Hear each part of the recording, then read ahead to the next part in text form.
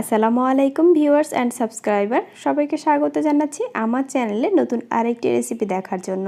আজকে তৈরি করব আটা আর ডিম দিয়ে তৈরি খুবই সহজ একটি নাস্তার রেসিপি। এটা যেহেতু আটা দিয়ে তৈরি, তাই আপনারা ঘরে থাকা একেবারে অল্প উপকরণ দিয়েই এই রেসিপিটা তৈরি করে নিতে পারবেন। এটা যেমনই সহজ, খেতেও কিন্তু অনেক মজার। আশা করছি আমার আজকের রেসিপি আপনাদের কাছে ভালো লাগবে। ভালো লাগলে ভিডিওতে একটি লাইক দিবেন, আর যারা এখনও আমার চ্যানেলটা সাবস্ক্রাইব করেননি তারা প্লিজ সাবস্ক্রাইব করবেন এবং পাশের বেল আইকনে ক্লিক করে দিবেন। প্রথমে একটা মিক্সিং বোলে নিয়ে নিচ্ছি 1 কাপ পরিমাণ আটা। আটার পরিবর্তে আপনারা ময়দা ব্যবহার করতে পারেন, তবে যেহেতু আটাটা একটু সহজলভ্য তাই আটা দিয়ে আমি তৈরি করে দেখিয়ে দিচ্ছি। স্বাদমতো লবণ দিয়ে দিলাম, আর দিয়ে দিচ্ছি 1 টেবিল চামচ পরিমাণ রান্নার তেল, সয়াবিন তেল দিচ্ছি। তেলটা দিয়ে এবারে খুব ভালো করে মিক্স করে নিচ্ছি। এভাবে করে হাত দিয়ে তেলটাকে আটার সাথে একটু ভালো করে এভাবে ডলে মিক্স করে নিতে হবে। আর এখন এর মধ্যে অল্প অল্প করে পানি দিয়ে একটা ডো তৈরি করে নিচ্ছি। ডোটা একটু সফট হবে, তো অল্প করে পানি দিয়ে দিচ্ছি যাতে করে পারফেক্ট একটা ডো তৈরি করা যায়।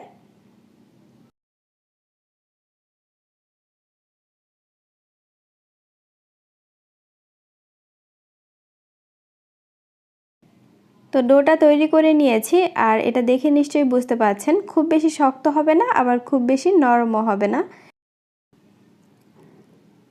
তো এর উপরে আমি একটু তেল দিয়ে দিচ্ছি যাতে করে উপরটা ড্রাই না হয়ে যায়। তেলটাকে ডোয়ের সাথে খুব ভালো করে লাগিয়ে দিচ্ছি।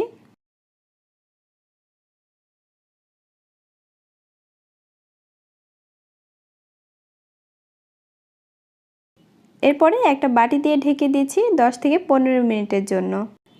আর এই ফাঁকে রোলের ভেতরের পুরটা তৈরি করব। এর জন্য এখানে 2টা আলু আর একটা ডিম আগেই সেদ্ধ করে নিয়েছি, আর এখন আমি এই গ্রেটারটা দিয়ে এগুলোকে গ্রেট করে নেব।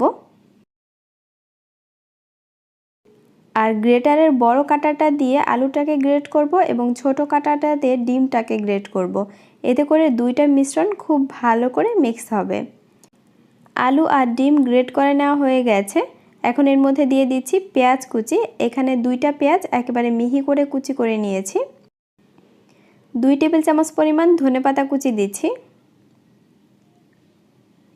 আর দিয়ে দিচ্ছি কাঁচামরিচ কুচি 1 টেবিল চামচ পরিমাণ। ঝালটা নিজেদের পছন্দ অনুযায়ী দিবেন। লবণ দিয়ে দিচ্ছি স্বাদ মতো। 1 চা চামচ গরম মশলা গুঁড়া দিচ্ছি, চাইলে জিরার গুঁড়াও দেওয়া যাবে। আর দিয়ে দিচ্ছি চাট মশলা 1 চা চামচ। মরিচের গুঁড়া দিচ্ছি হাফ চা চামচ, আপনারা চাইলে চিলি ফ্লেক্স ব্যবহার করতে পারেন। এবারে সব উপকরণ একসাথে মিক্স করে নিচ্ছি। চাট মশলা দিলে টেস্টটা খুব ভালো লাগে, তবে আপনারা যদি চান যে চাট মশলাটা বাদ দিবেন, বাদ দিতে পারেন। এর পরিবর্তে শুধুমাত্র গরম মশলা দিলেও হবে। আলু আর ডিমের সাথে মশলাগুলোকে খুব ভালো করে মিক্স করে নিচ্ছি। তো আলু আর ডিমের পুরটা রেডি হয়ে গেছে। এখন এটা একটা পাশে রেখে দিচ্ছি। এবারে আমি ঢেকে রাখা সেই ডোটাকে এর উপরে নিয়ে নিয়েছি। ডোটাকে এবারে প্রথমে একটু ভালো করে মথে নিচ্ছি। আর এটা কিন্তু আগের থেকে আরও বেশি সফট হয়ে গেছে। তো এই ডোটাকে আমি 2টা ভাগ করে নিচ্ছি। একটা ভাগ আবারও আমি ঢেকে রেখে দিচ্ছি। এবারে এই ডোটা দিয়ে একটা রুটি বেলে নেব। এর জন্য একটু ভালো করে মথে নিচ্ছি। গোল করে নিয়েছি, এর উপরে একটু ময়দা ছিটিয়ে দিচ্ছি। প্রথমে একটু ময়দা ছিটিয়ে এরপরে বেলার চেষ্টা করবেন, এতে করে বড় করতে অনেক সুবিধা হবে। তো আমি হালকা একটু ময়দা দিয়ে এইভাবে করে বেলে নিচ্ছি।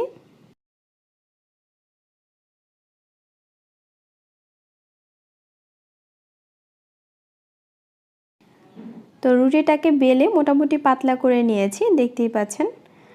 আর এখন এর মধ্যে পুরটা দিয়ে দেব। এখানে এই পুরটাকে আমি 2 ভাগে ভাগ করে নিচ্ছি। 1 ভাগ এর উপরে দিয়ে দিচ্ছি, দিয়ে এভাবে করে পুরো রুটির মধ্যে ছড়িয়ে দিতে হবে। পুরো রুটিটাতে এভাবে ছড়িয়ে দিচ্ছি। পুরের পরিমাণ আপনারা চাইলে আরেকটু কম দিতে পারেন, তো আমি বেশি করেই দিয়ে দিচ্ছি যেহেতু বেশি করে পুরটা তৈরি করেছি। আর বেশি করে দিলেই কিন্তু এই রোলটা খেতে অনেক ভালো লাগে। তো এবারে আমি এটাকে ফোল্ড করে নিচ্ছি। এভাবে করে হাত দিয়ে আস্তে আস্তে করে ফোল্ড করে নিতে হবে, দেখতেই পাচ্ছেন। তো ফোল্ড করে নিয়েছি। আপনারা চাইলে শেষের জায়গাটা একটুখানি পানি দিয়ে লাগিয়ে দিতে পারেন, তবে পানি দেওয়ার প্রয়োজনে এটা কিন্তু এমনিই লেগে থাকবে, ছুটে যাবে না। তো এভাবে হাত দিয়ে একটুখানি লম্বা করে নিচ্ছি, দেখতেই পাচ্ছেন। এটা একটু চিকন করে নিচ্ছি যেহেতু অনেক মোটা। তো এইভাবে করে সব জায়গায় ভালো করে সমান করে দিচ্ছি। সব জায়গায় সমান করে দিয়েছি। এখন ছুরি দিয়ে এই যে বাড়তি পাশটা সেটা কেটে দিচ্ছি। এখন এটাকে আপনার পছন্দ অনুযায়ী সাইজ করে নিতে পারেন। তো আমি এতটুকু করে নিচ্ছি, এটাকে 3টা ভাগ করছি।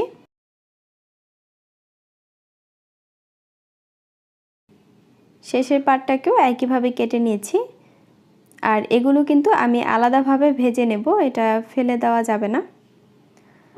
তো একইভাবে আমি আরেকটা রুটিও তৈরি করে নেব, আর রোলগুলো একইভাবে তৈরি করে নেব।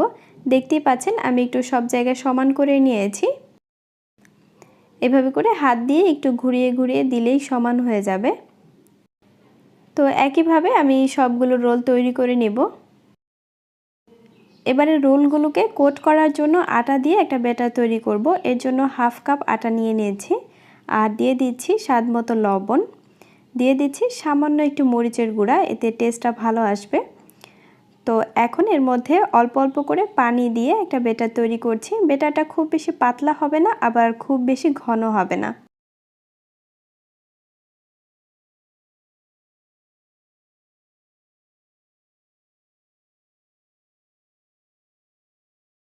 তো কোট করার জন্য ব্যাটারটা তৈরি হয়ে গেছে। এখন আমি সেই রোলগুলোকে ভাজতে চলে যাব। তো রোলগুলো তৈরি করার সময় যে বাড়তি অংশগুলো ছিল সেগুলোকে আমি আগেই ভেজে নিয়েছি। এখন রোলগুলোকে ভাজবো। এর জন্য এই ব্যাটারের মধ্যে চুবিয়ে নিচ্ছি। খুব ভালো করে আটার ব্যাটারের মধ্যে এটা ডুবিয়ে নিতে হবে। এরপরে তেলের মধ্যে একটা একটা করে দিয়ে দিয়েছি।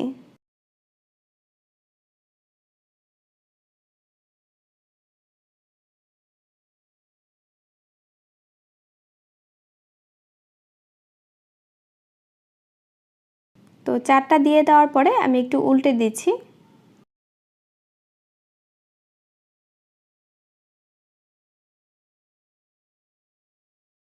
চুলার আঁচটা মিডিয়ামে রেখে এরপরে ভেজে নিতে হবে। তো উল্টে দিয়েছি, এখন বাকিগুলোকে দিয়ে দেব। বাকি রোলগুলোকে দিয়ে দিচ্ছি। চুলার আঁচ মিডিয়ামে রেখে আস্তে আস্তে করে এই রোলগুলোকে ভেজে নিলে উপর দিকটা অনেক বেশি ক্রিস্পি হবে আর খেতেও ভালো লাগবে। তো ভেজে নিচ্ছি। এইভাবে করে উল্টে পাল্টে গোল্ডেন ব্রাউন কালার করে ভেজে নেব।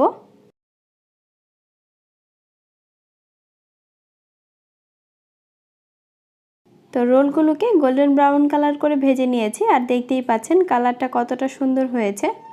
এখন আমি এগুলোকে তেলটা ছেঁকে এরপরে তুলে নেব। আমার আজকের এই রেসিপিটা ফলো করে আপনারা বাসায় খুব সহজেই এবং সহজ উপকরণ দিয়েই রোলটা তৈরি করে নিতে পারবেন। খেতে যেমন মজা, বানানোও কিন্তু অনেক সহজ। তো আমি এখন তেলটা ছেঁকে তুলে নিচ্ছি।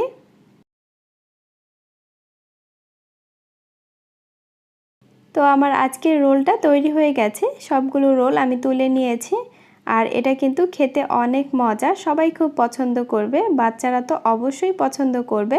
বাচ্চাদের টিফিনে আপনারা এই রেসিপিটা বানিয়ে দিতে পারেন। আশা করছি আমার আজকের রেসিপি আপনাদের কাছে ভালো লেগেছে। ভালো লাগলে একটি লাইক দিতে ভুলবেন না, আর আমার চ্যানেলটা অবশ্যই সাবস্ক্রাইব করবেন। সবাই ভালো থাকবেন, সুস্থ থাকবেন। আল্লাহ হাফেজ।